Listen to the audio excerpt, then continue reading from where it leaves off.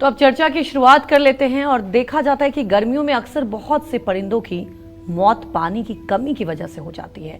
और ऐसे में अगर आप भी इन बेजुबान पक्षियों को पानी पिलाएंगे तो ना सिर्फ आपको पुण्य मिलेगा, बल्कि कुंडली में बैठे कमजोर ग्रह भी आपको शुभ फल देगा। नौकरी से जुड़ी परेशानियां भी दूर हो जाएगी, किस्मत भी आपका साथ देगी। आखिर पानी पिलाने से कितना बड़ा पुण्य मिलता है, और ये माना भी गया है हमारे शास्त्रों में, और ये पंडित जी से समझते हैं और जानते हैं कि इतना इसका महत्व क्यों है। बताएं पंडित जी। देखो, ऐसा है हमारा सनातन धर्म जी पंडित जी, बहुत करुणा से, दयालुता से, मानवता से परिपूर्ण है। जी हमारा एक बड़ा लोकप्रिय ग्रंथ है श्री रामचरितमानस, जिसको लोग बोलचाल की भाषा में रामायण कह देते हैं। जी जी, उसमें गोस्वामी तुलसीदास जी बालकांड में लिखते हैं, जड़ चेतन जग जीव जत सकल राममय जान, बंदऊ सबके पद कमल सदा जोरी जुग पान। जड़ मतलब जो बोलते चालते नहीं, जो हिलते डुलते नहीं, जैसे पेड़ पौधे। जी जी, चेतन, जिनमें चेतनता है, जो चल फिर सकते हैं, उठ बैठ सकते हैं, जिनको भूख प्यास लगती है। जग जीव जत, संसार के और जितने स्थावर जंगम हैं, सकल राममय जान, सबको राम समझो। बंदों सबके पद कमल, और सबको हाथ जोड़ करके प्रणाम करो। तो जब राम जी सब जड़ चेतन में हैं, तो पंछियों में राम जी क्यों नहीं हैं? तो पंछियों के लिए तो हमारा दृष्टिकोण बनता है ना। जी, हम इसलिए ना करें कि हमारे ग्रह ठीक हो जाएंगे, इसलिए भी ना करें कि हमें पुण्य मिल जाएगा, इसलिए करें कि इंसानियत और मानवता, मनुष्यता यह कहती है कि हम दया करें। गीता के 12वें अध्याय का श्लोक है, अद्वेष्टा सर्वभूतानां मैत्रः करुणमेव च निर्ममो निरहंकार सम दुख सुखम क्षमी। अद्वेष्टा सर्वभूतानां, संसार के किसी व्यक्ति से दुश्मनी या द्रोह न करना, ये अद्वेष्टा है। सर्वभूतानां, सर्वभूतानां का मतलब केवल मनुष्य नहीं, सारे चराचर जगत से।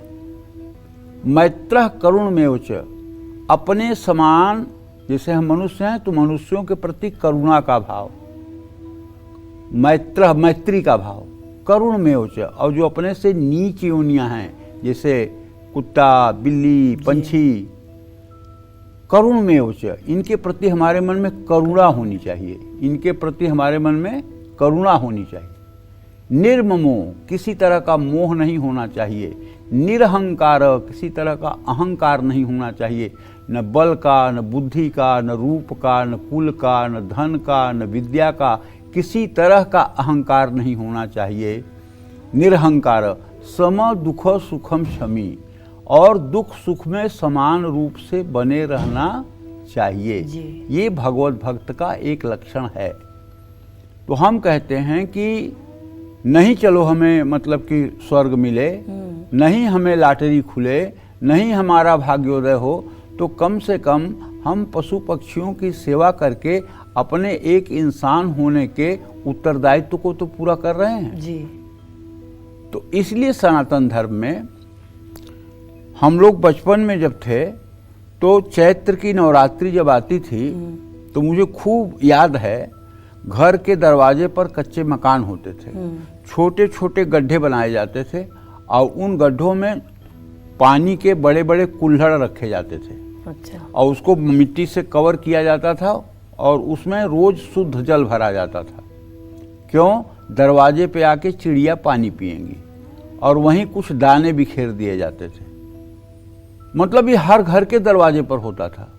अच्छा, अब तो ये प्रचलन ही खत्म है। जी, लेकिन मैं बता रहा हूँ, हम लोगों के बचपन में गौरैया नाम की एक पंक्षी होती थी, जो मतलब कि कटीले पेड़ों में ज़्यादा अपने घोंसले बनाया करती थी, और मैं दावे के साथ कहता हूं मनुष्य का विज्ञान इतना आगे बढ़ गया है, लेकिन इतना अच्छा घोंसले का निर्माण नहीं कर सकते जैसे गौरैया करती थी घोंसले का निर्माण। लेकिन आज गौरैया देखने को नहीं मिल रही है। क्यों? ये मोबाइल का जो 5G 4G है, इसने मार दिया इन पंछियों को। अब ये देखने को नहीं मिल रही हैं जी पंडित जी। और नहीं तो हर गांव में, हर गली में, हर मतलब पेड़ पर कहीं न कहीं उसके घोंसले लगे हुए मिलते थे। तो विज्ञान एक तरफ विकास की ओर बढ़ रहा है तो दूसरी तरफ विनाश की ओर भी बढ़ रहा है। मानवता सबके अंदर होनी चाहिए। दया और करुणा जिस इंसान के अंदर न हो वो पृथ्वी पर भार ही है, पृथ्वी पर वो भार है जी। और सीधे मतलब कि आसुरी योनि का वो व्यक्ति है जिसके अंदर दया और करुणा न हो। जब आपके अंदर इतनी दया करुणा होगी कि आप पंछियों को पानी पिलाएंगे, उनके भूख का ख्याल रखेंगे, तो क्या आप पंछियों को मारकर खाएंगे? ये तो श्रेष्ठ गुण आपके अंदर अपने आप विकसित हो जाएगा ना। जिस पंछी को आप पानी पिला रहे हैं, जिस पंछी को आप दाना चुंगा रहे हैं, जिस पंछी की आप इलाज कर रहे हैं, उस पंछी को आप मार कर तो खा नहीं सकते। तो ये श्रेष्ठ धर्म है ना जी, अहिंसा का श्रेष्ठ धर्म है ना। तो कहने का मतलब ये है कि अगर ज्योतिष की बात करें तो पानी का संबंध चंद्रमा और शुक्र से है। शुक्र और चंद्रमा का संबंध सीधे महालक्ष्मी से जुड़ता है। पानी नकारात्मक और सकारात्मक दोनों तरह की ऊर्जा को आसानी से सोख लेती है। बराह पुराण के अनुसार सभी दान में अन्न और जल का दान सर्वश्रेष्ठ माना गया है। हर सक्षम व्यक्ति को सूर्य संक्रांति, सूर्य और चंद्र ग्रहण, अधिक मास और कार्तिक शुक्ल पक्ष की द्वादशी को जल का दान जरूर करना चाहिए। आपने कभी भी अपने जीवन में कोई पाप किया है या आपके कर्म कभी भी अच्छे नहीं रहे तो ऐसे में आपको पंछियों को साफ पानी जरूर पिलाना चाहिए। जिन लोगों को अपनी कुंडली में बुध अच्छा नहीं समझ में आ रहा है, ऐसे लोगों को तोते को पानी पिलाना चाहिए। जिन लोगों के अपने माता पिता से अच्छे रिश्ते नहीं हैं, उनको तो पंछियों को हर रोज़ पानी पिलाना चाहिए। इससे नौकरी में आने वाली परेशानियां भी कम होंगी और पितर दोष के बुरे प्रभाव भी कम होंगे।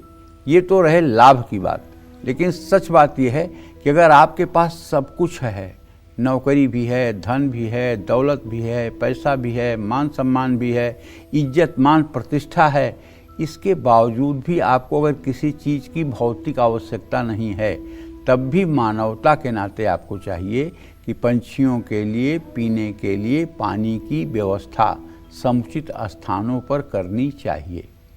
और ये काम किसी अपने सहायक से कह के न करवा के स्वयं किया जाना चाहिए। निश्चित रूप से ये करने के बाद जो सुकून आपको मिलेगा, वो सुकून शायद आपको किसी बड़ी उपलब्धि से नहीं मिलेगा।